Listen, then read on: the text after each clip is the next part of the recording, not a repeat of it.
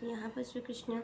बता रहे हैं कि किस तरीके से उनकी भक्ति करनी चाहिए, भक्ति में क्या क्या गुण होने चाहिए, किस तरीके से अगर आप और हम श्री कृष्ण की भक्ति करना चाहते हैं तो हमें क्या क्या गुण अपने अंदर विकसित करने पड़ेंगे, क्या क्या चीज़ें हमारे अंदर होनी चाहिए जो आप और हम भी श्री कृष्ण को प्रिय लगें। क्योंकि श्री कृष्ण को जो भक्त प्रिय लगता है उसके ही गुण श्री कृष्ण बता रहे हैं, और प्रिय भी नहीं लगता है। यहाँ पर श्री कृष्ण कह रहे हैं कि जिसके अंदर ये गुण होते हैं वो मुझे अत्यंत प्रिय है। श्री कृष्ण कह रहे हैं मेरे सारे भक्तों में सबसे ज़्यादा प्रिय मुझे वही है जिसके अंदर इन गुणों का विकसित होता है, जो इन गुणों को विकसित कर सकता है, जिसमें ये गुण होते हैं। श्री कृष्ण कह रहे हैं कि मुझे वो जो भक्त है, वो जीव है, वो अत्यंत प्रिय है, चाहे उसने वेशभूषा कैसी भी धारण की हो। यहाँ पर भगवान गुणों की बात कर रहे हैं, भगवान यहाँ पर वेशभूषा की बात नहीं कर रहे। क्योंकि आप और हम लोग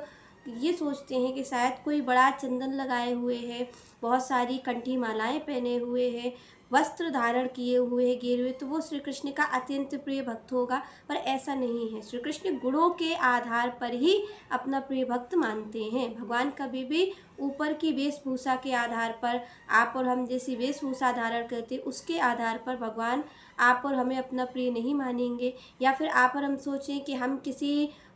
इस तरीके से कुछ किसी तीर्थ स्थल में रह रहे हैं तो भगवान के हम प्रिय बन जाएंगे, तो भी आप और हम भगवान के प्रिय नहीं बन सकते, तब भी श्री कृष्ण के प्रिय कोई नहीं हो सकता। अगर कोई ये सोचे कि कोई तीर्थ स्थल में जो भगवान का प्रिय धाम है वहाँ पर भी अगर वो रह रहा है, और अगर उसने भगवान जो गुणों को कह रहे हैं वो गुण अगर उसके अंदर नहीं है, तो वो श्री कृष्ण का प्रिय नहीं हो सकता है। उनके धाम में रहने के बाद भी कोई उनकी नित्य सेवा में भी है, और अगर श्री कृष्ण जिन गुणों को बता रहे हैं भक्त में अगर वो गुण उसके अंदर नहीं है, तो भी वो श्री कृष्ण को प्रिय नहीं है। तो यहाँ पर भगवान उन्हीं गुणों की बात कर रहे हैं कि भक्त की वेशभूषा से भगवान को कोई मतलब नहीं है। भक्त कहाँ पर रहता है, वो जंगल में रहता है या किसी तीर्थ स्थल में रहता है या किसी कोई और जगह रह रहा है, घर में रह रहा है, तो श्री कृष्ण कहते हैं कि इस चीज़ से कोई मतलब नहीं है कि आखिर भक्त कहाँ पर रह रहा है। उनका मतलब सीधा सीधा क्या है कि जिसके अंदर इन गुणों का